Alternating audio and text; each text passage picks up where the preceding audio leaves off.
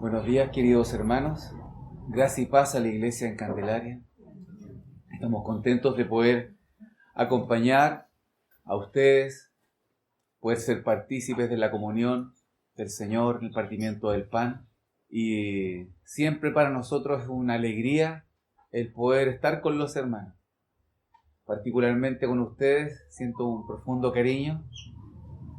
No estoy diciendo que por algunos más y por otros menos, pero me alegro mucho el poder tener comunión con ustedes, el ver la fe, el amor, el fruto del Espíritu manifestado en el corazón de la Iglesia. En este día, amados hermanos, el Señor nos ha concedido el poder ministrar la palabra nuevamente, y así como habíamos dicho la última vez, vamos a avanzar en el estudio a la epístola de los Hebreos. Vamos a tocar las 5 exhortaciones, entendiendo que detrás de cada exhortación siempre hay una palabra que es como el sustento y la base de la exhortación. Me imagino, según lo que informaba el hermano Egon, que ustedes ya han leído la epístola y que conocen la epístola en alguna medida y que la han podido leer de capítulo por capítulo. En el día de hoy quisiera que pudiésemos compartir 2 exhortaciones. Una primera exhortación que va a estar en Hebreos capítulo 2 versículos 1 al 4, y la segunda exhortación va a estar dada de Hebreos 3, 7 al 4, 3. Amados hermanos, partiendo con el desarrollo de la epístola, nosotros recordamos que nuestros hermanos creyentes, judíos, se encontraban en una opresión, se encontraban en una hostigación, podemos llamarlo así, por causa del sistema judaico en el tiempo presente de esos días, y los hermanos estaban siendo llamados a salir de la fe, a caer de la gracia, a abandonar la carrera, a sacar los ojos de Jesús y volver, como decía nuestro hermano Ramón, a poner los ojos en la sombra. Amados hermanos, ¿ustedes entienden un poco esto de las figuras y las sombras? Ellos estaban abandonando a Cristo. Todo lo que aparece en el antiguo pacto es figura y sombra de lo que es la realidad. Y volver y abandonar a Cristo era algo terrible. Por eso el Espíritu Santo escribe una carta como esta. Una carta exhortativa.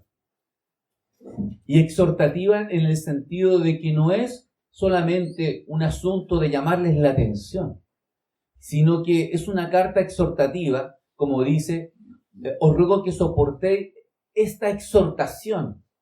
Si podemos leer Hebreos 13:22, os ruego, dice, hermanos, que soportéis la palabra de exhortación, pues os he escrito brevemente. Es una palabra de exhortación, aun cuando podamos dividirla en 5 exhortaciones, es una sola palabra de exhortación. Era tan grave lo que los hermanos estaban viviendo que era necesario hacer presente cada una de estas exhortaciones. Y nosotros habíamos hablado que la epístola a los hebreos la podíamos dividir en 5 exhortaciones. ¿Sí? Cada exhortación o cada tema exhortativo tenía un privilegio y por otro lado tenía un peligro. Y los privilegios van de gloria en gloria y los peligros van de mal en peor. Si ustedes miran ahí en la presentación, yo hice una subdivisión de las 5 exhortaciones y quiero volver a repasarlas antes de entrar a la primera. La primera exhortación, el primer tema que se toca es necesario que con más diligencia atendamos a las cosas que hemos oído. El privilegio, amados hermanos, el privilegio es una salvación tan grande. Y el peligro, ¿cuál sería? Negligencia. En la segunda exhortación, si oyeres hoy su voz, no endurezcáis vuestros corazones. Y está el tema. ¿Cuál es el privilegio? Vocación celestial. ¿Y cuál es el peligro? la incredulidad. Si se dan cuenta, comenzamos primeramente con un privilegio que sería una salvación tan grande. Segundo paso es una vocación celestial. Y si nosotros vemos ahora en la tercera exhortación, que tiene que ver con ir a la madurez, o ser ya maestro, el privilegio es avanzar a la madurez. Y si vemos cuál sería el peligro sería la apostasía. Y si avanzamos al cuarto peldaño, que sería la otra exhortación, la cuarta exhortación, tiene que ver con el privilegio de permanecer o vivir en el lugar santísimo. Y el peligro sería pecar voluntariamente. Y el último peldaño, que es la quinta exhortación, que es la recompensa de la herencia. Y el peligro es la indiferencia. Una sube y la otra baja. Amados hermanos, la vida cristiana va de gloria en gloria. Todos aquellos que consideramos a Cristo, la vida cristiana va de gloria en gloria. Si nosotros nos olvidamos de Cristo, nuestra vida va de mal en peor. Partimos por la negligencia y terminamos con la indiferencia. Y todos estos pasos los viven los cristianos en la medida que el Señor es desplazado de nuestros corazones. Tenemos que entender que los hermanos en su hostigamiento estaban olvidando al Señor Jesucristo y sus corazones se estaban enfriando. Más el Espíritu Santo trae esta carta exhortativa para hacer exaltar la persona y la obra del Señor Jesucristo, de manera de recuperarlos, de restaurarlos, de traerlos. Con respecto a la primera exhortación, quisiera que pudiésemos leer Hebreos capítulo 2, versículo 1 al 4.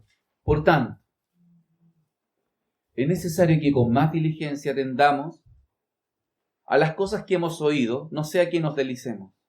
Porque si la palabra dicha por medio de los ángeles fue firme, y toda transgresión y desobediencia recibió justa retribución, ¿cómo escaparemos nosotros si descuidamos una salvación tan grande? La cual, habiendo sido anunciada primeramente por el Señor, no fue confirmada por los que oyeron. Testificando Dios juntamente con ellos con señales y prodigios y diversos milagros y repartimiento del Espíritu Santo según su voluntad. Habíamos dicho que el privilegio es una salvación tan grande y el peligro es una negligencia. Amados hermanos, como introducción general, una salvación tan grande significa esto, un Salvador tan grande. Y eso involucra lo siguiente, de que nosotros fuimos salvos, que estamos siendo salvados y que seremos salvados con la venida de nuestro Señor Jesucristo. ¿Sí? Ahora, la transformación de nuestras vidas como salvación presente, tenemos que entender que no es automática, sino que hay un proceso y una obra que el Espíritu Santo está haciendo en nuestros corazones. El apóstol Pablo dice, y el mismo Dios de paz os santifique por completo. Y fíjense lo que dice ahora, y todo vuestro ser, espíritu, alma, ¿y qué más? Y cuerpo. Repitamos, y todo vuestro ser, espíritu, alma y cuerpo, sea guardado irreprensible para la venida de nuestro Señor Jesucristo. Podemos decir entonces, amados hermanos, que Dios está haciendo una obra con cada uno y con su iglesia. Nos está salvando nuestro espíritu, más bien dicho, ya fuimos salvos en nuestro espíritu, está salvando nuestra alma y salvará nuestro cuerpo, obteniendo así un cuerpo glorioso, tal como tiene nuestro Señor Jesucristo. Amados hermanos, la salvación es tan grande, no podemos conformarnos con algo pequeño. Si nuestra visión es pequeña, caminaremos conforme a esa visión. Pero si nuestra visión es grande, caminaremos en función de esa visión tan grande. Entonces, si nuestra salvación la miramos de una manera tan ínfima, seremos hombres y mujeres débiles. Pero si consideramos esta gran salvación, seremos hombres y mujeres fuertes. ¿Entendemos? Pero ¿cuál es el asunto? Si la salvación es tan grande, si el regalo es tan grande, El gran peligro es la negligencia. Y negligencia significa abandonar aquello que es tan grande, aquello que es precioso, aquello que es nacido dado de gracia. Quisiera que pudiésemos hacer un desarrollo expositivo verso a verso en el capítulo 2 para poder ver cómo el Señor habla a nuestros corazones. El versículo 1 dice: por tanto es necesario que con más diligencia atendamos a las cosas que hemos oído, no sea que nos deslicemos. Por tanto, es necesario, es indispensable. Por tanto, es urgente que algo tenemos que hacer. Entendamos que el escritor está hablando a hermanos que quieren abandonar a Cristo. Por tanto, es necesario, es indispensable que con más diligencia atendamos. La palabra allí, más diligencia, es superabundantemente. Y atendamos, la palabra allí es atención con mucho cuidado. Es como diciendo que con más diligencia, superabundantemente, atendamos con cuidado. Pareciera que hubiera una retórica. Palabras como aumentativas sobre un asunto que es importante, sobre un peligro. Que atendamos a las cosas que hemos oído. ¿Qué cosas?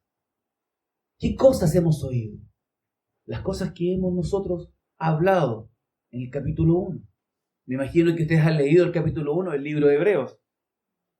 ¿Y qué cosas ellos habían escuchado? ¿Recuerdan? Dios habiendo hablado muchas veces y de muchas maneras, en otro tiempo, a los padres por los profetas. Ahora nos ha hablado ¿por quién? Por el Hijo. Ahora nos habla por el Hijo. Y en la Escritura, cuando dice por el Hijo, la palabra es en el Hijo. O mejor dicho, en Hijo.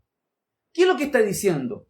Dios, cuando habló a través de los profetas, habló de manera parcial, no de manera completa. Pero cuando habló en el Hijo, habló de manera completa. El lenguaje de Dios era su Hijo. El Verbo se había hecho carne. Y quiero de alguna manera que puedan entender este asunto. Cuando Dios habla en Hijo, ese es el lenguaje del Padre. Por ejemplo, la hermana a mí me está escuchando porque usted me entiende en español.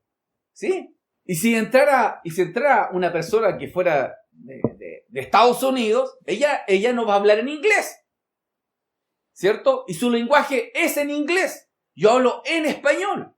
Y si alguien entrara por esa puerta y fuera mapuche y no hablara en español, su lenguaje es en mapudungún. ¿Sí? Dios tenía que hablar en un idioma. Dios tenía que hablarle al hombre a través de su lenguaje. Y ese era el Verbo. Dios habló en su Hijo Jesucristo. Ahora, claramente la hermana a mí me entiende porque somos chilenos, ¿cierto? Y yo hablo español y usted me entiende español, ¿cierto? Y si yo se entraba una persona de Estados Unidos y habla en inglés, yo no le entiendo nada. ¿Sí? Pero gloria a Dios, porque nosotros hoy día podemos entender este lenguaje. Podemos conocer este lenguaje. Nuestros ojos han sido abiertos, porque el Espíritu Santo ha sido derramado en nuestros corazones. Gloria a Dios. Entonces, cuando Dios habla en Hijo, nosotros podemos entender la Escritura. Lo que antes nos veíamos, hoy día lo vemos. Lo que antes no entendíamos, hoy día lo entendemos. Porque el Espíritu Santo ha sido derramado. Ahora entendemos al Padre. ¿Por qué? Porque hemos conocido al Hijo. El lenguaje del Padre es el Hijo. Y no solo eso. No solamente que Dios habla de manera completa a través de su Hijo, sino además estas credenciales que lo exaltan, que lo ponen por muy glorioso. ¿Recuerdan? ¿A quién constituyó? Amados hermanos, Él es el heredero de todo. Él merece tenerlo todo, como el Hijo de Dios. Pero ¿sabes? Si lo miramos bajo el prisma humano, la herencia lógicamente le corresponde al Hijo. Pero Él no solamente es el Rey, sino es el siervo. Por lo tanto, el trono que hoy día ostenta, no solamente lo heredó porque es el Hijo de Dios, sino también porque es el siervo de Dios. ¿Y dónde están sus marcas? En sus manos y en sus pies, en su costado. Él es el heredero de todo. Y nosotros somos coherederos con Cristo. Amados hermanos, Él lo heredó todo porque pagó un precio. Y el Padre lo exaltó a lo sumo y lo hizo Señor y Cristo. Amén. Y no solo eso. Dice que, ¿y por quién asimismo hizo el universo? Amados hermanos, yo sé que estas cosas, estas palabras ustedes las conocen. Pero Dios el Padre fue el diseñador. Y quien ejecutó la obra fue el Hijo. Hay una descripción hecha en una revista Aguas Vivas que me pareció muy interesante. Que dice, el Padre concibe el plan y el Hijo es el que procede a crear. El Padre planea conforme a su voluntad y el Hijo aprueba y crea. Y el Espíritu Santo presta la energía para que se lleve a cabo. Una pregunta. Cuando las madres van con las hijas a cocinar, ¿cierto? Y ustedes le dicen a la hija, yo creo que tú cocines. Pero la madre tiene todo en su cabeza. ¿Lo vas a hacer de esta manera? ¿De esta otra manera? ¿Vas a preparar el pan de esta manera? ¿El queque tiene que ser de esta manera? ¿Sí? La madre diseña todo. Y le dice a la hija que lo haga. Amados hermanos, así fue la creación. Dios el Padre lo diseñó todo. Y su Hijo lo crea. Maravilloso es el Señor. El cual siendo, dice, el resplandor de su gloria. Ese resplandor de su gloria es el mismo resplandor de como que si nosotros estuviésemos viendo, por ejemplo, ¿cómo nosotros podemos conocer el sol? Solo a través de la luz. Cuando nosotros vemos el resplandor de la luz, estamos viendo al sol mismo. De la misma manera, nadie ha visto al Padre, pero el que ha visto al Hijo, ha visto al Padre. ¿Sabes? Hay una declaración que hace Spurgeon. Como la luz es al sol, así es Jesús para su Padre. Decir que Él es el brillo de aquella gloria se refiere a que no hay ninguna gloria en Dios que no esté en su Hijo Jesucristo. Solo Cristo es el resplandor de su gloria. No hay nada en la naturaleza que sea el resplandor de su gloria. Solo Cristo es el resplandor de su gloria. ¿Recuerdan ese salmo? El Salmo 19.1, ¿qué dicen? Los cielos, ¿qué hacen? Cuentan.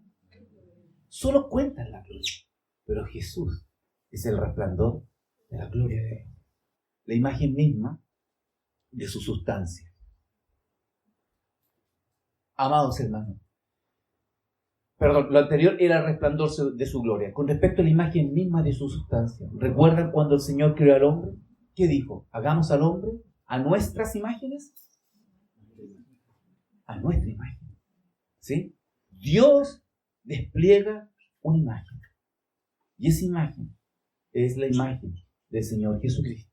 Dice, y creó Dios al hombre a su imagen. A su imagen lo creó. El apóstol Pablo va a decir en Colosenses que Cristo es la imagen del Dios invisible. Es la persona de la segunda Trinidad, la que es la expresión exacta de la imagen de nuestro Dios. Y quien sustenta todas las cosas con la palabra de su poder. No solamente crea, hermano, Él sustenta. ¿Puedes ver eso? Amados hermanos, si el Señor no sustentara todas las cosas con la palabra de su poder, nosotros dejaríamos de existir. Muchas veces nosotros vemos cataclismos, vemos terremotos, vemos cómo la tierra se abre y vemos tantas cosas. Claramente hay mucha responsabilidad del hombre, pero Dios es el que sustenta todas las cosas con la palabra de su poder. Y ni una galaxia, y ni un astro, ni nada se mueve, si no es por la palabra de nuestro Dios. ¿Por qué estoy diciendo estas cosas, hermano? Pareciera que fuera un Dios inalcanzable. Pareciera que fuera un Dios creador. Pero saben, en la secta credencial vemos un Dios que se hace cercano. Dice que habiendo efectuado la purificación de nuestros pecados, el Dios que creó los cielos y la tierra, el que es la imagen misma de su sustancia, el heredero de todo, efectúa la purificación de nuestros pecados. La purificación de nuestros pecados, hermanos, tiene que ver con la expiación de nuestros pecados, como decía nuestro hermano Ramón, el día de Yom Kippur, ¿cierto? Y el Señor Jesucristo no solamente vino a ser la ofrenda, Él vino a ser el sumo sacerdote. Amados hermanos, no solamente el Señor Jesucristo es el sumo sacerdote, sino que también es la ofrenda y es el propiciatorio. Él efectuó la purificación, claramente. Ustedes pueden ver este asunto. La purificación de los pecados se hacía en el lugar santísimo. Es cierto, la ofrenda fue puesta en la cruz del Calvario. Y dice que en el día de Yom Kippur, ¿recuerdan? Entraba el sumo sacerdote. Y dice que cuando él entraba, nadie tenía que quedar. Solamente era un trato entre el sumo sacerdote y Dios. Amados hermanos, cuando el Señor Jesús estaba en la cruz, todos lo miraron. La ofrenda fue entregada. Pero a la hora de la expiación, el Señor Jesús estaba arreglando cuentas con el Padre. Nadie vio eso. Él entró al lugar santísimo con su propia sangre. En el día de Yom Kippur se hacía aspersión sobre el propiciatorio, ¿cierto? Me acuerdo, podemos recordar al Señor Jesucristo entrando al lugar santísimo, al verdadero lugar santísimo, al verdadero tabernáculo, e hizo la purificación de nuestros pecados. Y dice que después de haber hecho la purificación de los pecados en el día de Yom Kippur, cuando hacían la purificación que hacía el sumo sacerdote, entraba y salía. Pero dice que después de haber efectuado la purificación de los pecados con respecto al Señor Jesucristo, ¿qué hizo? Se sentó. Nunca un sumo sacerdote se había sentado, pero Él se sentó. Amados hermanos, Él se sentó. Pregunto, ¿se sentó para quedar de manos cruzadas? Es cierto, la obra terrenal había terminado. La obra expiatoria había acabado. Él dijo, consumado es. Tetelestai. La pintura está terminada. El trabajo está terminado. La deuda está saldada. Pero cuando Él ascendió a los cielos, Él se sentó. Y ahora comienza nueva labor. Vive para interceder por su amada, para llevarla de gloria en gloria, para que su iglesia pueda experimentar esta salvación tan. Por eso el escritor dice, a que atendamos a las cosas que hemos oído. No podemos nosotros dejar de lado aquello que Dios nos ha dado de gracia. No sea, dice, que nos deslicemos. Y este asunto, amados hermanos, de deslizarse, no es una cuestión simple, es una cuestión terrible, no es una cuestión, como podemos decir, voy a decirlo de esta manera, es un tema o es un asunto grave, es un asunto de perder el rumbo, es vivir como un barco a la deriva. Es un bote sin velas, sin remos, sin motor. Y trataba de pensarlo de esta manera. La palabra deslizarse es pasar de largo. Es el fluir y pasar de largo. Por lo tanto, cuando no atendemos esta salvación tan grande, pasamos de largo. Voy a poner otro ejemplo. Traté de buscar hartos ejemplos, de alguna manera, para hacerlo más práctico. Cuando la mamá sale con el niño y la mamá le dice, vamos a comprar al centro comercial. La mamá tiene muy claro lo que tiene que hacer. El niño solamente piensa en él. Y anda preocupado por las cosas de él. Y la mamá toma al niño de la mano y van al centro comercial. Y la mamá está atenta, buscando las cosas necesarias para la casa, para el niño, para ella, para el esposo, para toda la casa. Y el niño anda de la mano. Claramente el niño anda un poco aburrido y mira las cosas que la mamá ve. Y en algún momento el niño se suelta de la mano a la mamá. Él suelta su mano, porque él anda buscando lo suyo pronto. Anda buscando sus necesidades. A tal punto que la mamá se queda observando aquello que era necesario para su casa. El niño pasa de largo. Y cuando se da cuenta, la mamá se había perdido. O más bien dicho, él se había perdido. Andaba perdido, errante, sin dirección. Amados hermanos, el Padre nos unió a su Hijo a través del Espíritu Santo. ¿Sabes? nosotros vamos de la mano con el Espíritu. Y el Espíritu Santo siempre está contemplando al Señor Jesucristo. Y nos invita a nosotros a contemplar al Señor Jesucristo. Cuando estamos apegados al Espíritu, cuando vivimos considerando al Espíritu, todo lo que el Espíritu contempla nos lleva a nosotros a contemplar. Pero cuando nosotros no consideramos al Espíritu, amados hermanos, hemos perdido nuestro rumbo, nuestra dirección. El Espíritu Santo siempre nos va a llevar a una salvación tan grande, a contemplar esta salvación tan grande, a vivir esta salvación tan grande.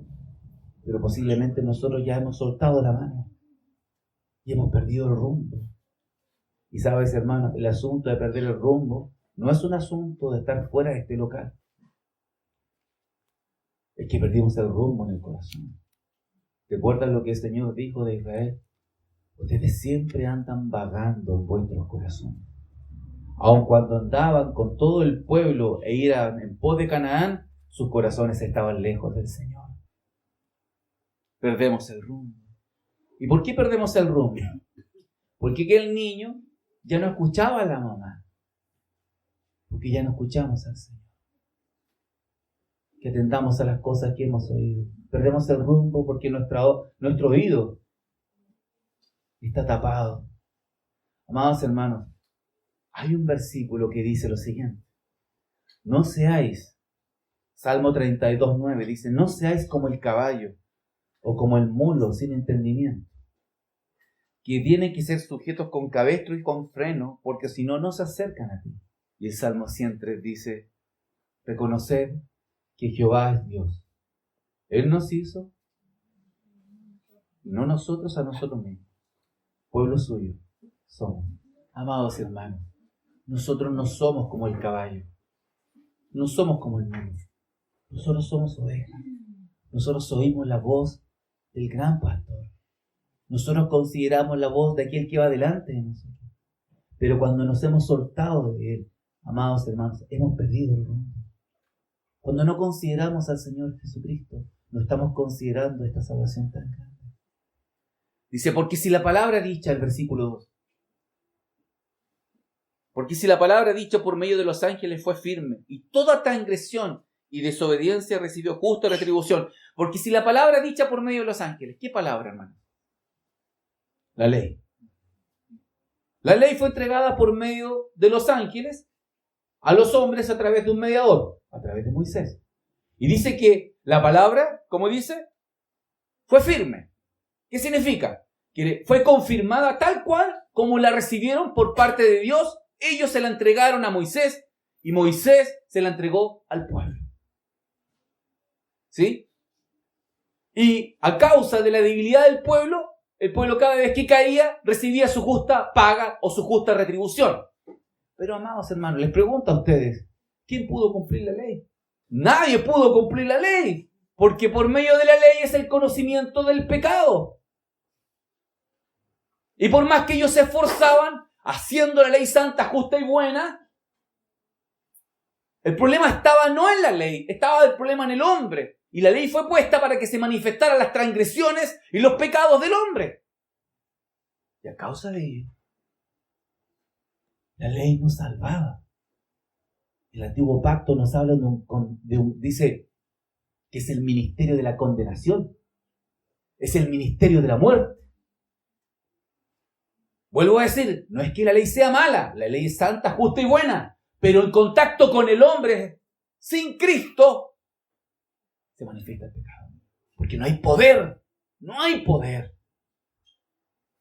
Porque si la palabra dicha por medio de los ángeles fue firme, después dice, ¿cómo escaparemos nosotros si descuidamos una salvación tan grande?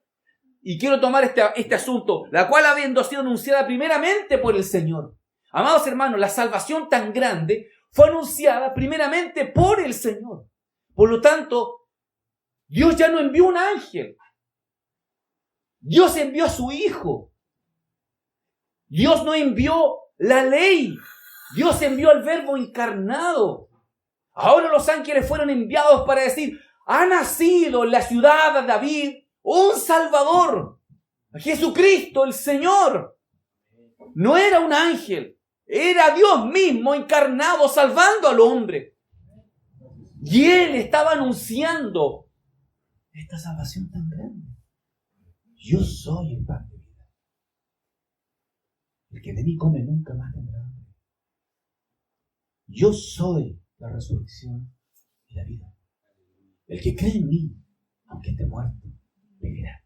Yo soy la puerta de las ovejas. El que por mí entrare será salvo. Yo soy el buen pastor. El buen pastor su vida da por las ovejas. Yo soy el camino, la verdad y la vida. Y nadie viene al Padre si no es por mí. Yo soy la vid verdadera y vosotros sois los pámpanos. Y mi Padre es el labrador. Sin mí, vosotros nada podéis hacer. Yo soy. Emmanuel, Dios con nosotros. El Salvador. Él anunció una salvación tan grande porque Él era un Salvador tan grande. Entonces dirá, ¿cómo escaparemos nosotros si descuidamos una salvación tan grande? Todos nosotros podríamos pensar, posiblemente vamos a estar ajusticiados o seremos castigados de la misma manera que Israel. Amados hermanos, ese cómo escaparemos va mucho más allá que un castigo físico. Ese cómo escaparemos es vivir bajo la prisión, ¿cómo poder decirlo? Aquí lo anoté para no perderme. La prisión de ir a la deriva. Cuando nosotros descuidamos esta salvación tan grande, amados hermanos, nosotros nos reunimos y no tenemos senso. Nosotros nos reunimos y no sabemos para qué nos reunimos. Solamente cumplimos un rito. Venimos acá y volvemos a nuestras casas. ¿Sabes, hermano? Esta reunión es el resultado de una salvación tan grande. La salvación tan grande no está en estas cuatro paredes. Cristo es el Salvador. Los cánticos no son la salvación tan grande. Es el resultado de una salvación tan grande. ¿Se entiende? El que nosotros sirvamos a los hermanos o hagamos esto u otro puede ser todo mecánico. Pero todo cuanto hagamos administrativamente en medio de la iglesia es el resultado de una salvación tan grande. Por eso, hermanos, si nosotros no consideramos esta salvación, estaremos ajustados, encadenados, yendo a la deriva. ¿Y cómo podemos escapar considerando esta salvación tan grande? ¿Cuál fue la tragedia de estos hermanos? Se olvidaron de Cristo, se olvidaron del Señor. Ellos van a volver a las sombras. ¿Cuál es la tragedia del día de hoy, amados hermanos? En el día presente, posiblemente alguien puede decir, ¿sabes, hermano? Nosotros no tenemos un problema con la ley está solucionada, pero sí pueden haber falsas doctrinas y doctrinas extrañas. ¿Sabes lo que hacen las doctrinas extrañas? Nos apartan de la sincera fidelidad de Cristo. Pablo, si me toleraseis un poco, toleradme en esta locura, pero celo con celo de Dios, porque se ha esposado con un solo esposo, como una virgen pura. Pero temo, dice, que la serpiente con astucia, así engañó a Eva a vuestros sentidos, sean de alguna manera extraviados de la sincera fidelidad de Cristo. Bendito sea el Señor. Amados hermanos, ¿sabes? Lo que quiere hacer Satanás en el corazón de los santos es apartarnos de Cristo. Y ¿sabes? Posiblemente no sean con pecados groseros, sino con doctrinas extrañas, con cosas que nos apartan de esta salvación tan grande. Esta salvación que nos habla de que el Señor nos salvó en la cruz, que nos salva hoy día y que nos salvará eternamente. Amados hermanos, es una salvación tan grande, la cual involucra que la vida del creyente va de gloria en gloria. Quiero preguntar a todos ustedes, ¿cuántos de todos ustedes han sido justificados? Levanten su mano. La justificación, sabemos que es la exhibición de toda culpa, ¿cierto? La Escritura dice que, pero ahora, aparte de la ley, se ha manifestado ¿qué? Por medio de mediante la redención que es en Cristo Jesús, Señor nuestro. ¿Sí? Entonces, para todos nosotros los que hemos creído, para todos aquellos que han recibido el Evangelio en el corazón, para todos aquellos que han visto a Jesucristo como el Salvador, entendiendo que uno en sí mismo no se puede salvar, pero en Cristo ha encontrado su Salvador y ha aceptado el regalo de Dios para el perdón de sus pecados, entonces aquel hombre ha aceptado la justicia de Dios. Dios nos castigó en su Hijo Jesucristo. Tú y yo necesitábamos ser castigados y morir y pagar. Tú no pagaste el precio, lo pagó el Señor Jesús. ¿Sí? Entonces Dios en Cristo su Hijo nos ha justificado. ¿Sí? Entonces ahora, justificados pues por la fe, ¿qué tenemos? Paz. ¿Tenemos paz? Por lo tanto, todos los que hemos creído en el Señor Jesucristo hemos sido justificados. Digámoslo. Todos los que hemos creído en el Señor Jesucristo hemos sido justificados. Y así comienza la vida cristiana. Justificados pues por la fe. Tenemos paz. Amados hermanos, yo recuerdo el día en que tuve paz. ¿Usted recuerda su día? Ese día en que conoció al Señor, y ese día que usted conoció al Señor, usted sintió paz. Paz para con Dios. Nosotros éramos enemigos de Dios y ahora tenemos paz. Por lo tanto, a luz de todo lo que he dicho, voy a volver a preguntar: ¿cuántos de los que estamos aquí hemos sido justificados? Levanten su mano. Amén, hermano. Hemos sido justificados. Aleluya. Así parte la vida cristiana. Creyendo en el Señor Jesucristo, recibiendo el Evangelio, aceptando todo lo que Dios nos ha dado en su Hijo. Por lo tanto, somos justificados. Y Romanos capítulo 5 empieza a hablar de los frutos de la justificación. Justificados pues por la fe tenemos paz. ¿Y qué más? ¿Qué más? ¿Por quién tenemos entrada? ¿Cierto? Por la fe. Cuando dice por quién, está hablando del Señor Jesucristo. Estoy leyendo Romanos capítulo 5, versículo 2. ¿Por quién tenemos entrada? Por la fe a esta gracia. Hermano, estoy tratando de hablar de esta salvación tan grande, ¿sí? Porque hemos hablado que atendamos con más diligencia las cosas que hemos oído. La negligencia de la salvación tan grande. Estamos en la negligencia, la palabra dicha por medio de los ángeles. La salvación tan grande anunciada primeramente por el Señor. ¿Cómo escaparemos nosotros hablando que si nosotros no consideramos esta salvación tan grande, estamos cautivos, yendo a la deriva, como un barco que va en un río, cuyo fin es la indiferencia? Pero fíjense, por esta justificación, por esta fe bendita, la fe bendita son como las puertas de este local, ¿sí? ¿Ya? Y por Jesucristo nosotros entramos por las puertas de este local al salón de la gracia. Y aquí está el salón de la gracia, por hermano, ¿ya? Esto es un ejemplo, van a pensar que le van a cambiar el nombre, le van a poner afuera Salón de la Gracia. El Salón de la Gracia. Por la fe entramos a un Salón de la Gracia. Y en el Salón de la Gracia nos vamos a encontrar con gloria, más gloria, y más gloria, y más gloria. ¿Entienden? Porque cuando llegamos a la fe, vamos creciendo de gloria en gloria. Porque sabemos que esto no es automático, por hermano. ¿Cierto? Y vamos viendo cómo los hermanos van creciendo de menos a más, de un niño. Como un niño crece en medio de la familia y va creciendo. Y así nos desarrollamos. Triste sería que alguno de ustedes no creciera, y si algún niño en la familia no crece, uno dice, este niñito puede estar enfermo, teniendo alguna enfermedad. Y cuando un niño no crece en medio de la familia, un niño espiritual, significa posiblemente tenga un problema espiritual. Hay algo está pasando con este hermano. Pero lo normal es que vaya de gloria en gloria, porque es una salvación tan grande, ¿sí? Va de gloria en gloria. Y partimos por la justificación, por las puertas de la fe, y nos encontramos con el salón de la gracia. Y dice después, en la cual estamos firmes y nos gloriamos en la esperanza de la gloria de Dios. Nos gloriamos en la esperanza de la gloria de Dios. En la esperanza de la gloria de Dios.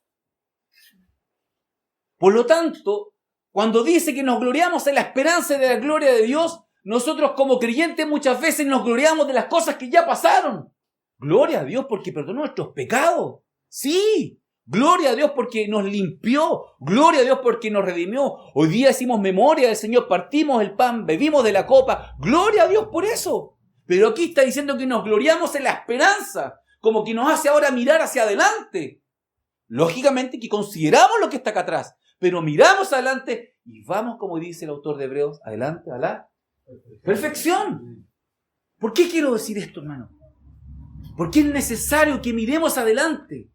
Porque Dios ya lo hizo todo. ¿Sí? Pero también lo está haciendo todo. Dice, porque si lo hizo todo en su Hijo Jesucristo, recuerden en el Calvario el Señor Jesucristo, consumado es. Pero cuando el Señor Jesús se sienta como sumo sacerdote, Dios lo sigue haciendo todo. Porque Dios está haciendo en vosotros lo que es agradable delante de Él por Jesucristo.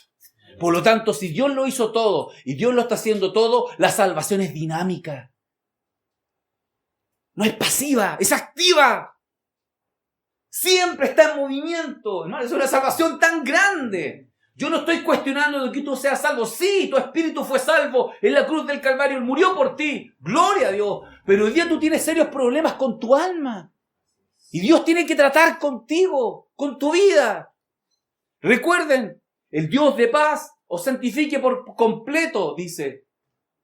Y después dice, todo vuestro ser. ¿Qué dice? Espíritu, alma y cuerpo. Todo vuestro ser. Así que no menosprecie su alma.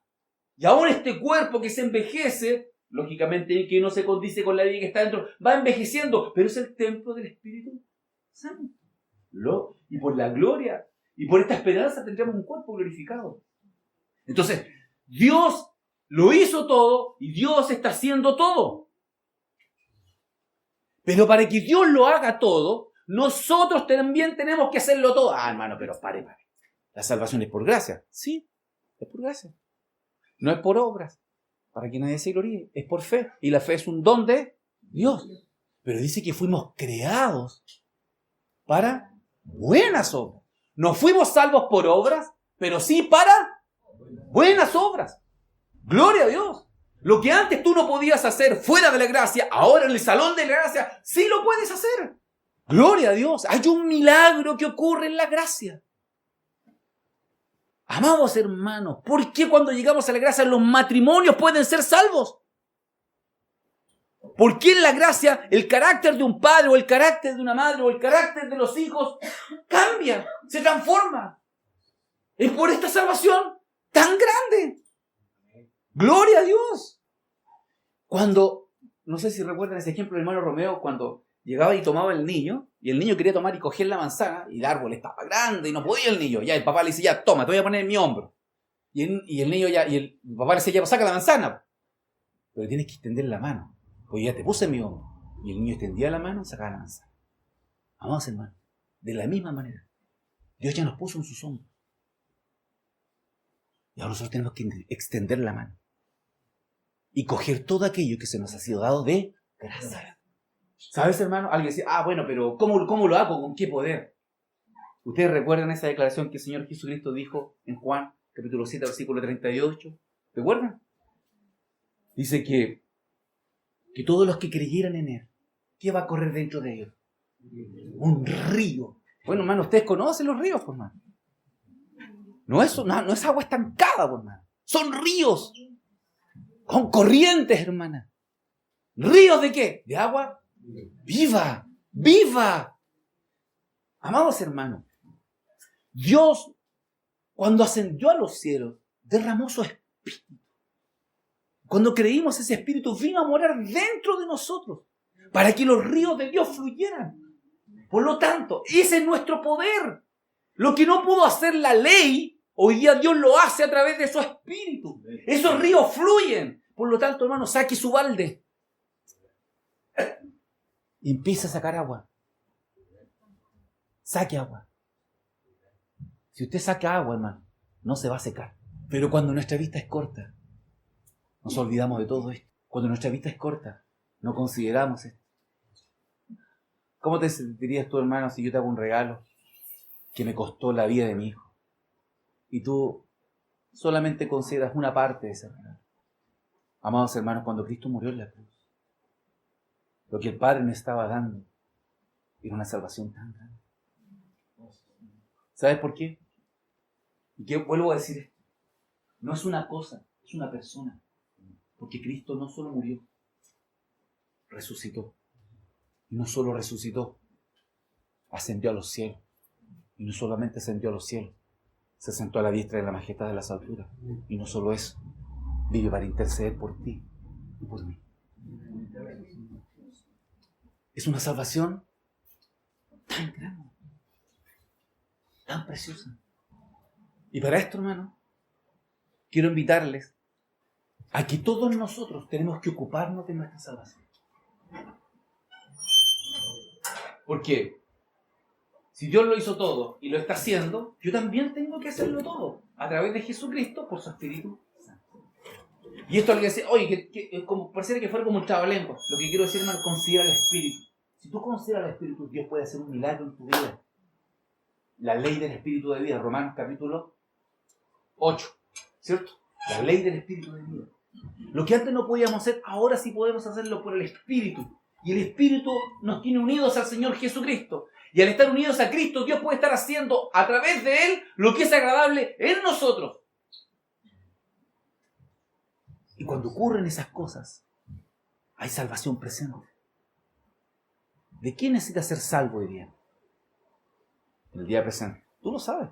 Tú sabes muy bien, ¿cierto, hermano? Tú lo sabes. Tu hermano lo sabe. Cada uno sabe. Y el gran problema, ¿cuál es el gran problema? El ego, nosotros mismos, yo.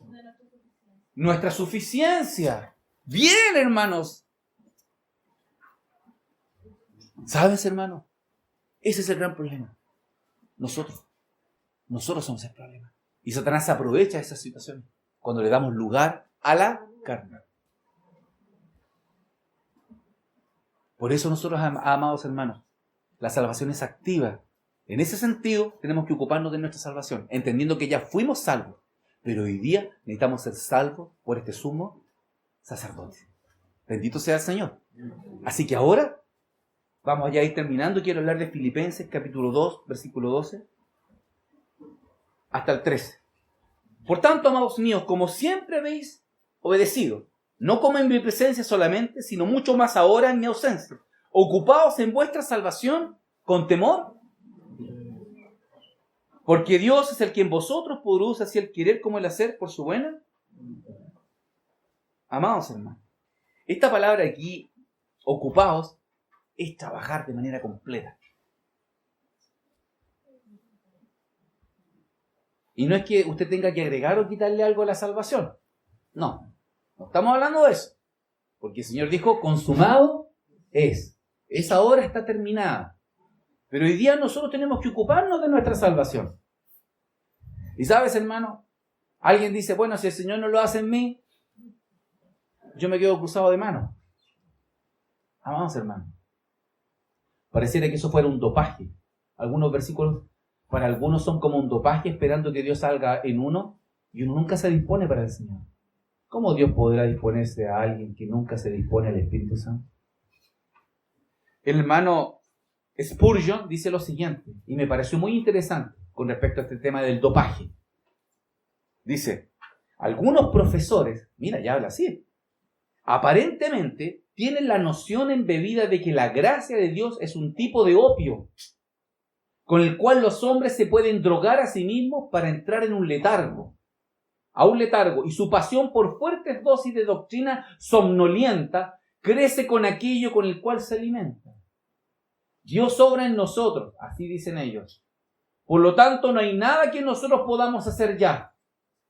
Mal razonamiento, conclusiones falsas, la obra es de Dios, dice el texto. Por tanto, debemos ocuparnos debido a que Dios está dentro de nosotros. De que Dios obra en nosotros. Si Dios está obrando, nosotros nos ocupamos de nuestra salvación. Amados hermanos, ustedes conocen muy bien la historia de Noé. Ustedes me dicen, ¿qué tiene que ver Noé con lo que estamos hablando? Ustedes saben cómo el Señor habló a Noé. ¿Sí? ¿Cómo fue que le dijo a Noé?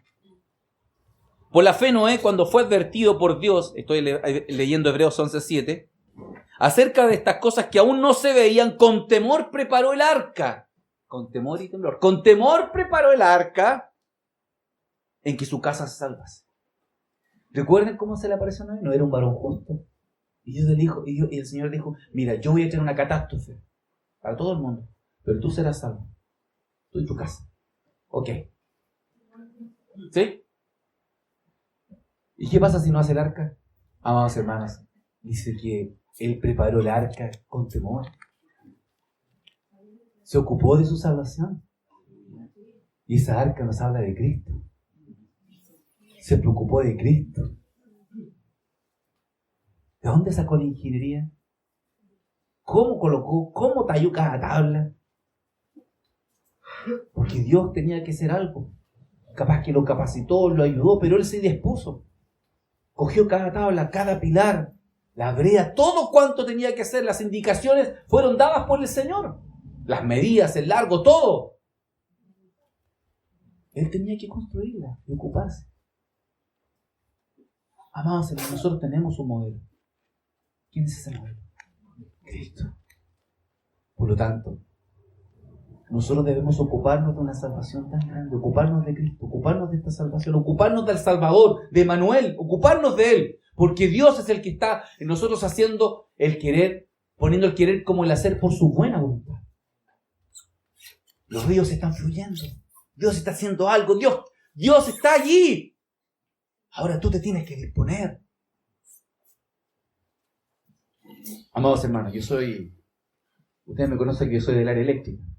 Ustedes pueden entender que desde las represas, pasando por las empresas generadoras, y por las generadoras pasan por las distribuidoras, y las distribuidoras llegan a la baja tensión y tenemos energía en esta casa. Todo eso ya está hecho. ¿Cierto? Todo está hecho, hermano. Hay enchufe, ¿cierto? Pero ¿y qué pasa si nunca me conecto al enchufe? O si nunca prendo el interruptor. Todo está hecho, hermano. Las carreteras, está todo energizado, está todo preparado para tener luz. Está todo preparado para que yo al enchufarme pueda manifestar. Voy a hablar como aparato eléctrico. ¿Quién soy yo? Porque si yo compro un aparato eléctrico y no lo enchufo, nunca voy a saber para qué sirve. ¿Se entiende, hermanos? Y en eso consiste esta salvación. Dios preparó un ambiente de gracia para que nosotros nos dispongamos al poder del Espíritu Santo y se manifiesten las gracias y los dones en medio de la iglesia. ¿Se entiende? Alguien que no conozca la aspiradora, si mientras no la enchufa, nunca va a saber que una aspiradora, por hermano. Hermano, si tú no te dispones al Señor, ¿cómo Dios va a poder pasar a través de ti? ¿Y la iglesia va a poder ver tu función en medio de la iglesia? Dios ya lo hizo todo. Y lo está haciendo todo. Pero yo también me disponga a lo que Él está haciendo. Porque es, hermano, una salvación tan grande. Si esto no ocurre, hermano, es que tenemos que preguntarnos a nuestro corazón si hay negligencia. Y así parte todo. Acuérdense, los peligros van de mal en peor. Cristo murió en la cruz para salvarnos de nuestros pecados. Cristo resucitó de la tumba y ascendió del cielo para salvarnos en el día presente. Y finalmente Cristo vendrá para salvarnos eternamente. ¿No es una salvación tan grande? No podemos ver la salvación como una cosa que ocurrió en el pasado. Es algo mucho mayor. La salvación es mucho más que el perdón de nuestros pecados. Es Cristo en nosotros. Digámoslo juntos. Es Cristo en nosotros. La esperanza de gloria. Lo que Dios está buscando en la vida de la iglesia, lo que está buscando en la vida del creyente, es a Cristo. Y nada más que Cristo. Porque Cristo es el Salvador del hombre. Y es el Salvador de la iglesia. Cuando digo Salvador de hombres, claramente lo salvó en la cruz del Calvario, pero cuando salva y entran en el plano de la gracia, estamos siendo transformados de gloria en gloria y nos vamos pareciendo al Señor Jesucristo en su carácter. Más adelante, nosotros vamos a darnos cuenta en la epístola de los Hebreos, capítulo 5, le dice que Él viene a ser autor de la salvación de ellos para todos los que lo obedecen. Y este asunto de obedecer, hermanos, podemos entender, si yo obedecí al Señor, yo ya creí en el Evangelio. No, hermano, esa palabra obedecer es activa en el pasado y en el presente. Para todos los que lo obedecen, porque viene a ser el autor de una salvación de ellos. Me salvó, gloria a Dios, creí en Él, ahora entro en el plano de la gracia y hoy Él también me puede salvar. ¿Pero cómo? Para todos los que le obedecen. Pregunto, hermanos, a todo lo que ya hemos dicho, ¿crees tú que esta es una salvación tan grande? Sí, hermano, es una salvación tan grande. Y en la medida que más grande la vemos, la negligencia baja más. No sé cómo explicarlo, pero a lo mejor en las matemáticas se habla de inversamente proporcional, no sé cómo decirlo. Pero en la medida que yo veo la salvación tan grande, muy gloriosa, muy hermosa, tan preciosa, que la hago mía y que la quiero vivir y me dispongo para ella, la negligencia baja. Pero cuando yo no quiero considerar esta salvación tan grande, y cuando tengo una visión corta de esta salvación, y me olvido de esta salvación, la negligencia sube. Gracias al Padre, porque en su Hijo Jesucristo nos dio una salvación tan grande. Amén, hermano. Amén.